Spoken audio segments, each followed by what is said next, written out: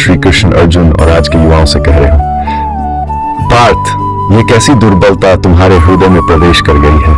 ये कायरता, ये मोह, ये शोक, ये तुम्हें शोभा नहीं देता। उठो, स्मरण करो तुम कौन हो। तुम ये नश्वर शरीर नहीं हो, तुम वो आत्मा हो जो न जन्म लेती है न मरती है। नैनन छिंदंती शस्त्राणी, नैनन दहती पावक। अर्जुन, शस्त्र आत्मा को काट नहीं सकते, अग्नि उसे जला नहीं सकती।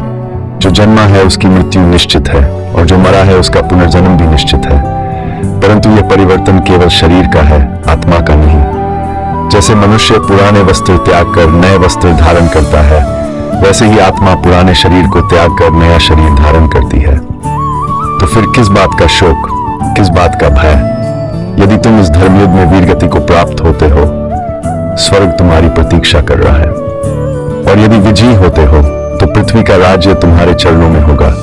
दोनों ही स्थितियों में तुम्हारा कल्याण है। उठो पार्थ, कायरता त्यागो। यह क्षण तुम्हारी परीक्षा का है। सुख दुख, लाभ हानि, जय पराजय, इन सबको समान समझकर युद्ध करो। यही कर्मयोग है, यही पुरुषार्थ है।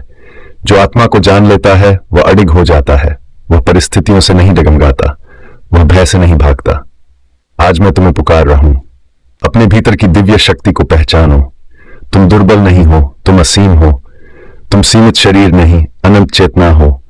उठो, जागो, अपने धर्म के लिए खड़े हो जाओ। ये युद्ध केवल शस्त्रों का नहीं, ये युद्ध तुम्हारे भीतर के संदेह के विरुद्ध है। मैं तुम्हारे साथ हूं।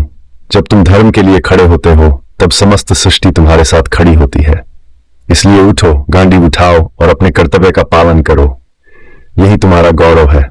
सिखाई कीर्ति है, कीर्ति